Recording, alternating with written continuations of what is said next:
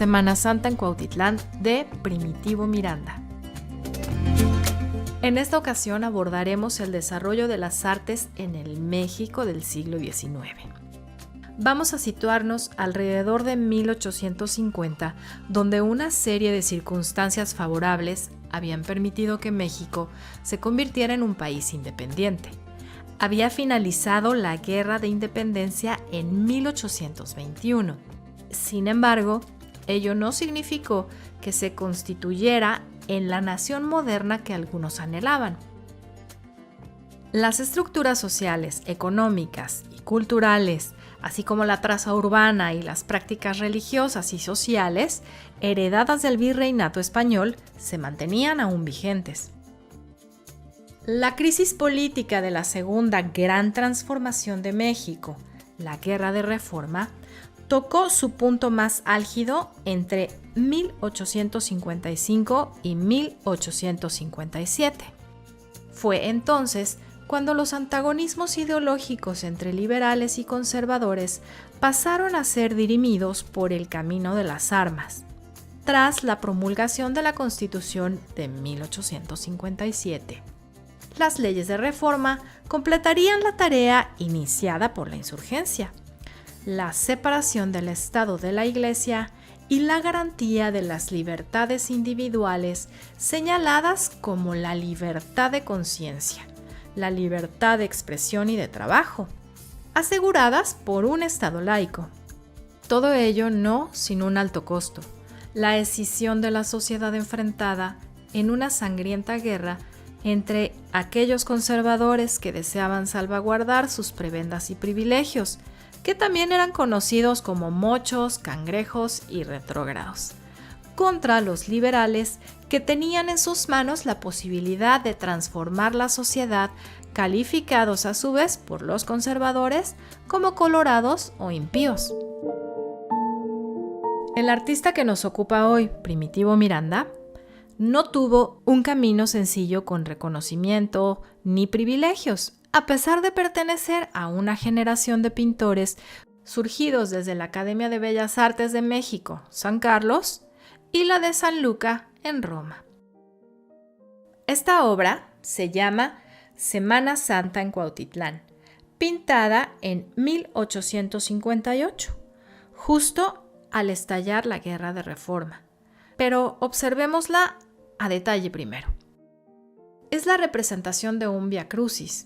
Es un óleo sobre tela que se encuentra actualmente en el Museo Nacional de Historia de México. Tiene una técnica depurada con pincelada bastante suelta y una gran capacidad de detalle para el tamaño de la obra. Es muy pequeña, mide 50 por 70. Se observa en un primer plano como figura central y que jala toda nuestra atención una mujer que viste un atuendo reconocido como china. Inclina ligeramente la cabeza y voltea a ver al espectador. Se le reconoce como china por el tipo de falda amplia y ceñida fuertemente a la cintura, porta un rebozo y la blusa con un escote amplio, recargada cariñosamente sobre un hombre también ataviado con un sombrero de estilo llamado chinaco. Ambos personajes ocupan la parte central y principal de la obra. En un segundo plano se observa una procesión que camina acompañando el paso de los santos. Un indígena que toca una trompeta, otro más con una máscara que toca el tambor. Se trata del popular fervor religioso tradicional y tumultuoso de la Semana Santa. Si se observa con detenimiento, se encuentra a detalle las figuras procesionales que el rito exigía. Cristo cargando la cruz, la Virgen, San Juan y María Magdalena cerrando la fila. Se observa la cruz pasionaria labrada en piedra como resumen y término del Vía Crucis, además de ocupar una buena parte de la obra. A mano derecha se observa un fraile franciscano predicador, reconocido por la tonsura, que a su vez las miradas de los personajes reunidos a su alrededor van dirigidas a él en gesto de estupefacción. También el centurión y los soldados romanos entreverados con los personajes enmarcados montados a caballo, Al lado del Cristo que carga la cruz va un personaje que le ayuda y porta un sombrero conocido como chambergo, con plumas. El modo carnavalesco en que se desarrolla demuestra que es parte de la religiosidad popular que lo demandaba, pese a las prohibiciones reformistas que pretendía combatir y desterrar supersticiones y fanatismos. Primitivo Miranda comienza esta obra un año después de la promulgación de la Constitución Liberal de 1857, hecho que llama la atención y cobra mayor resonancia crítica de una tradición popular. Había pasado un año marcado por toda una secuela de confrontaciones entre una iglesia que no cedía en la defensa de sus intereses, presuntamente lesionados por aquella legislación, y un Estado empeñado en construir un régimen republicano moderno con una activa participación ciudadana a través del poder legislativo y del Congreso Constituyente. Esta obra comienza a tornarse interesante cuando vemos más allá de la escena costumbrista, y que fue uno de los motivos por los que los maestros de la academia rechazaban este tipo de obras, pues no se ceñían a los cánones impuestos. La Academia de San Carlos en esta época seguía dominada por la élite cultural del Partido Conservador. Y Miranda contravenía las expectativas y convenciones académicas, pese a haberse formado en aquella institución antes de recibir la pensión para irse a Europa, que le permitió completar su desarrollo profesional en Roma. La historia nos dice que un año antes de este Vía Crucis, el gobierno ordenó la jura de la nueva Carta Magna a los empleados públicos y a los militares, so pena de cese automático en caso de una negativa, mientras que la Iglesia amenazó con la excomunión a quienes hicieran el juramento, lo que significaba perder el derecho a recibir los santos sacramentos como el matrimonio o la extrema unción. En este clima de enfrentamiento a ultranza, la celebración de la Semana Santa en la Ciudad de México dio pie a un incidente lamentable e insólito, que quedó registrado en la memoria popular con el nombre de la Batalla del Jueves Santo. Pues resulta que ese Jueves Santo de 1857, el jefe de gobierno de la Ciudad de México se dirigió a la catedral para recibir de manos del arzobispo y en nombre del presidente de la República, Ignacio Comonfort, las llaves del sagrario, mismas que según las costumbres debía conservar en su poder hasta el Sábado de Gloria. Y ya de antemano el arzobispo ya le había advertido que debido a las asperezas y la situación política y las tensas relaciones entre los poderes, el poder eclesiástico y el civil, su presencia ahí no era grata. Y sin escuchar advertencia, él se apersonó ahí en el recinto sagrado para encontrarse con que el cabildo catedralicio se negó a recibirlo. Luego de informar del desaire al presidente, volvió acompañado por la policía y entrando a caballo al interior de la Catedral de la Ciudad de México, se apoderó de las llaves de la reja exterior y en medio de furiosos vituperios de los feligreses, ahí reunidos, se desató un escenario con heridos y hasta con acaecidos. El año siguiente, en 1858, ya con los inicios de la Guerra de Reforma, los festejos de la Semana Santa se desarrollaron con mucho más fervor, como deliberado contraste a los escandalosos sucesos del año anterior. Semana Santa en Cuautitlán se puede interpretar como la mirada del pintor desde la perspectiva liberal. Es la mezcla de religiosidad, fanatismo y carnaval que parece coincidir con la voluntad ilustrada y modernizadora de restringir o abolir los elementos paganizantes que desvirtuaban los cultos populares. Además coincide con el expreso rechazo de los liberales a la celebración de las ceremonias y actos de culto fuera de los recintos eclesiásticos, que quedaría luego consagrado en las leyes de reforma. No se sabe si Miranda pintó esta obra de motu propio o por algún encargo. Lo que sí se sabe es que el pintor rompe con todos los paradigmas de la época establecidos, dejando claro su carácter disruptivo, tanto del punto de vista iconográfico como estilístico. Su pintura, al ser considerada como retrato costumbrista, solo se consideraba como pintura curiosa o menor. Pero en realidad también se le puede incluir dentro de la pintura histórica, siendo una visión desde el pueblo.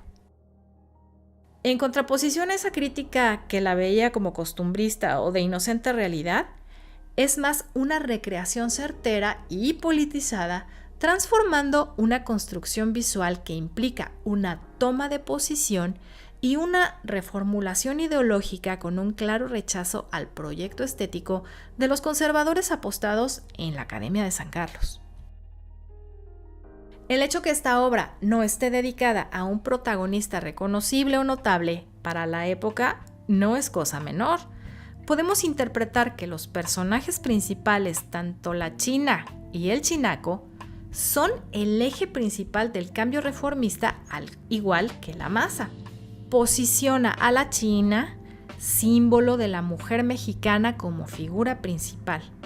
La china fue representada tanto por Primitivo Miranda como su compañero José Agustín Arrieta, como un personaje singular. Guillermo Prieto la describía como alborotadora de conciencias porque todo en ella era auténtico. Si pudiéramos traerlo un poco a contrapelo de la historia, hoy veríamos que Miranda pintó a la mujer empoderada y de pensamiento crítico, una mujer que no se preocupaba por su apariencia y estricto comportamiento en sociedad, sino a la mujer trabajadora, solidaria, que forma parte de la vida real y que se desenvolvía con desenfado en la esfera pública.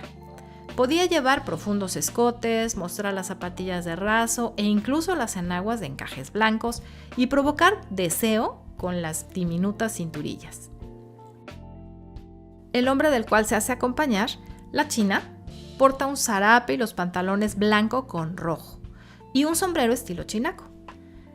Chinaco o chinacate fueron los apelativos despectivos que los conservadores dieron a los partidarios y guerrilleros liberales, que también recibieron el mote de los colorados, porque para distinguirse en el campo de batalla de los conservadores o mochos, tanto hombres como mujeres portaban alguna prenda como camisa, corbata o la falda de color rojo, el color del Partido Liberal Mexicano, mientras que los mochos evitaban vestir de color rojo y llegaban a portar prendas de color verde y alguna imagen del crucifijo, que son el color y el símbolo del Partido Conservador. La participación de los chinacos en la lucha armada se debió a la resistencia emprendida por las comunidades campesinas al desalojo de la tierra y sus bienes comunales, como resultado de la privatización impuesta. No existía una vestimenta del chinaco que fuera típica o estándar. Había charros chinacos, así como también los hubo charros mochos. Hubo indígenas y campesinos chinacos, como también los hubo mochos. En otras palabras, los chinacos y mochos iban vestidos de acuerdo a sus quehaceres, costumbres y capacidades. Hasta finales de la década de 1860, la pintura costumbrista fue todavía despreciada en la Academia de San Carlos como género popular, ajeno a las grandes cuestiones morales y filosóficas. Primitivo Miranda reclamaba que la pintura costumbrista podía también ser utilizada como un lenguaje pictórico digno de comunicar serias posturas políticas. La obra de Miranda fue prolífica, aunque no se le haya dado el reconocimiento suficiente a su obra. Se conocen de él grabados, obras de gran formato como el encargo al que Miranda fue comisionado para ejecutar una pintura monumental de 2 metros por 7 con el tema de la batalla del 5 de mayo, que desde su finalización y exposición en 1868 luce en un lugar privilegiado del Palacio Nacional, así como trabajos de escultura que se encuentran en el Paseo de la Reforma. La Semana Santa en Cuautitlán marca un cambio de dirección en el desarrollo artístico de Miranda, que desencadenó con su obra un potencial simbólico como imágenes inaugurales de un discurso nacionalista desde el costumbrismo, que desembocaría en el gran movimiento muralista ya a principios del siglo XX. Y te recordamos, como siempre, que si te gustó este video le dejes tu like, lo compartas con tus amigos y no dejes de seguir viendo todos los videos del canal de Aprendiendo Arte con La Valadón.